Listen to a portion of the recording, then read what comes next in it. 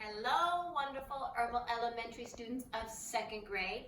Today I will be doing a very short lesson on using a graph chart, a bar graph chart.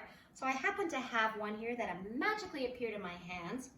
And the first thing I want to do when I have a bar chart is notice that the bars are going this way. And it's called a bar chart because it has bars. And so the first thing I want to do is I kind of want to look at the title. Just like a book, look at the title. And it's saying favorite books. So I know this graph is going to be about books. And then I start looking down the side and I see that we have books on jokes, books on planet, books on dogs, and books on fish. And this graph will give me numerical, which means number information. And I can see the numbers are on the bottom and it starts with 0 and then goes all the way up until 9. So I kind of want to start with jokes, and I can see that jokes has 1, 2, or I can follow the line down, and 2 kids really love joke books. And then of course we have planets, and who doesn't love planet books? And I can see that, 1, 2, 3, 4, 5, 6, 7, or follow the line down, 7 students love planet books.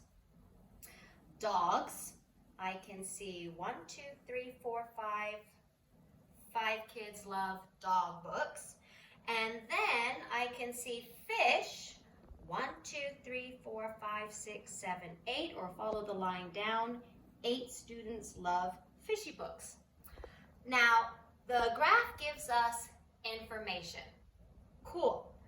But you're in second grade, so you know you're going to have test questions and all. So let's look at some questions that you could possibly find on a test, and then how we use the bar graph to answer these said questions. So question number 1. What is the student's most and least favorite book? So this is actually a 2-part question. I need to use the graph to find most, that's the biggest, and the least, that's the smallest. So let's go back to the graph, and let's worry about finding the most. Clearly not the most. This looks good, but always check all of it, and yes, there's one that is a little bit more bigger. So using the graph, I can see that the most liked book was actually the fish. I wouldn't just answer 8. I would say, okay, 8 students like fish books. But then I have to go to the second part of my question, which was, what was the most? What was the least? So that is the little.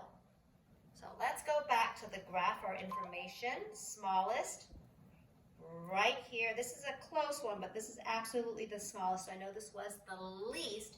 And I can see that 2 students liked the joke books. So the most was fish books, and the least liked was joke books.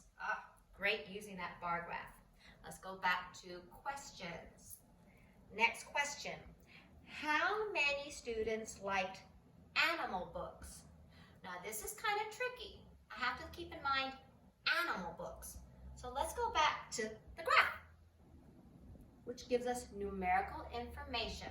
Well, if I think about jokes, not an animal book. Planets, not an animal. Dogs, animal. Fish, definitely an animal. So I have 2 lines of information. I want to know how many like animal books. I have to look at the dogs and the fish. And I'm going to have to add them together because these are both animals. So dogs, I know it was 5, fish, 8, and I add them together. So I can think 8 and add 5 more. 8, 9, 10, 11, 12, 13. So how many students liked animal books? 13 students liked animal books because I have to think that fish and dogs, well, they're animals. Last question for the day. How many students are in this class? How many students are in this class? So let's go back. And this is kind of tricky, but I have to start thinking, okay, well, 2 of the students like jokes. Then I have planets, which were 7. Wait. This is a like. I have to add up this plus the planets plus the dog plus the fish, and I will get the total number of students that were in this class because each student got to take a vote. So each one of these boxes is a vote. So therefore, I'm going to add all of this up to get how many students were in this class.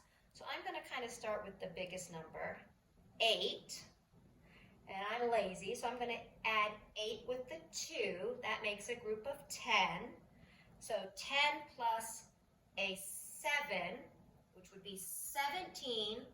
And then I'm going to add the rest up. 17, 18, 19, 20, 21, 22. And a smart student, and you all are smart, would probably do this a second time to make sure you have the right number. So 8 plus 2, 10. Add the 7, 17, and then 17, 18, 19, 20, 21, 22. So by looking at this graph, that gives me numerical information. 22 students are in this classroom. And that is a simple lesson on how to use a bar graph and get information using your bar graph. See you later, sweeties.